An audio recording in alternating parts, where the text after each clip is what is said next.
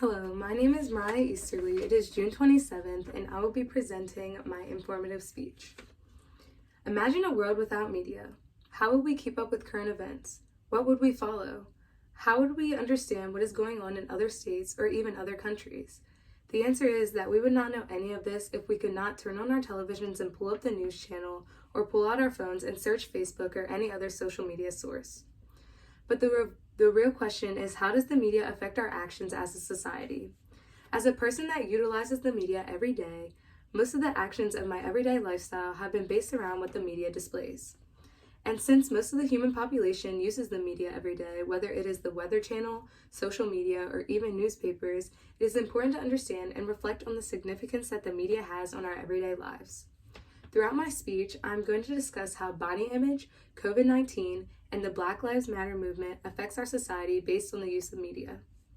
The first thing I would like to talk about today is how the media perceives body image.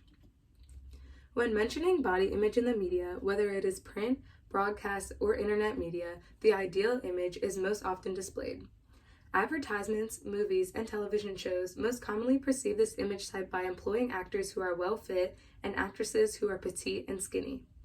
The publicity of these body types increases as the viewers who do not fall under these ideal body images begin to fantasize about having a body that is similar to those they see in the media. This is also true with models. Whether they are runway, fashion, or swimsuit, most often the men have muscles and the women are thin. More often than not, when audiences compare their body types to those categorized as the perfect image, they feel ashamed by the way they look, and most often they lose confidence in themselves. Viewers react to this stereotype of the perfect body image that the media holds by feeling emotionally degraded by their own bodies, wanting change, and then making that change happen. Yet, the sense of feeling uncomfortable in their own skin is a reaction from what is displayed in the media. According to King University Online, in their article, The Link Between Social Media and Body Image, they mention how, as a result, social media and body image, the way we perceive our own physical appearance, have become inextricably linked. Social media influences how we look at ourselves both positively and negatively, and it's important that we understand the effects in order to limit their impact on our mental health. The next topic I would like to discuss is COVID-19. The media is constantly revealing up-to-date information on the COVID-19 pandemic that is largely affecting the lifestyle of societies. For a while, we all overlooked the issue and acted as if the virus was similar to the flu or the common cold because it didn't seem like a huge issue. But this was a reaction from the public before it was broadcasted to the world through the media. As more and more people caught the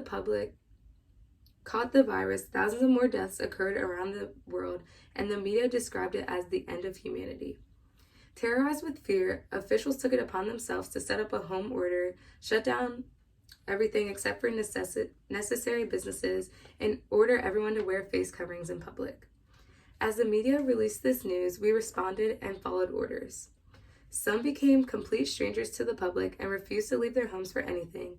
Others followed the social distancing and face covering rules, but still felt okay to be out in public for necessities, while others did not follow orders at all and believed the media was broadcasting fake news.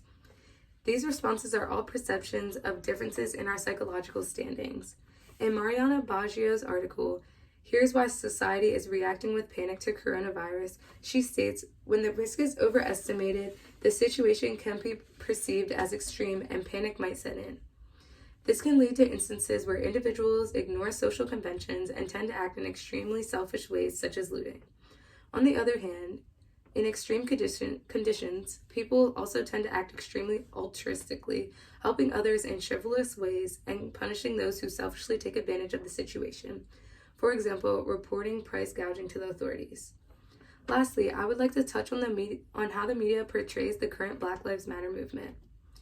In regards to the Black Lives Matter movement, the media chooses to display the bad over the good.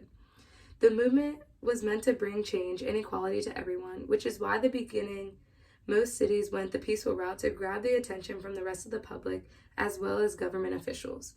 However, as police forces and military officials moved in, these peaceful protests turned into riots and looting, which is the only content that media chose to broadcast. Most of the time, the media chooses to only share the news that will gain more views, which in this case was all the violence. Because of the media's display of the Black Lives Matter movement, more and more cities got the idea to direct their protests toward destruction, thinking this was the best way to gain more awareness and help stop the problem. Recently, the New York Times published an article titled "America's Reckoning on Racism Spreads Beyond Policing," which states, in Richmond, Virginia, protesters ripped down a statue of the explorer and colonizer Christopher Columbus overnight and threw it into a lake. In Boston, a similar statue was beheaded. Across the country, at least 10 monuments to Confederates or other controversial historical figures have been removed, and people have challenged their monuments in more than 20 cities. The violence that the public gained during the movement spread due to the media's action of announcing it for the world to see. However, they chose not to publicize the peaceful protests that were also happening. Throughout my speech, I identified 3 different ways that the media affects our actions. 1, through the presentation of body image, 2, by the constant updates of the COVID-19 pandemic, and 3, by displaying the negative connotations of the current Black Lives Matter movement. When looking back on the ideas of non-existent media, it sounds pretty far-fetched because everything we know, see, and do is based around the use of social media. Although it can be demeaning to some, it is what we use to center our everyday lifestyles, and without it, we would not have a backbone to go off of and help us make the decisions we make every day. The media not only helps us grow, but also teaches us new lessons that we cherish and pass on to others as well. So the next time you turn on the news or pull up your social media account, sit there and ask yourself what you would do without it, because it is a pretty powerful resource. Thank you.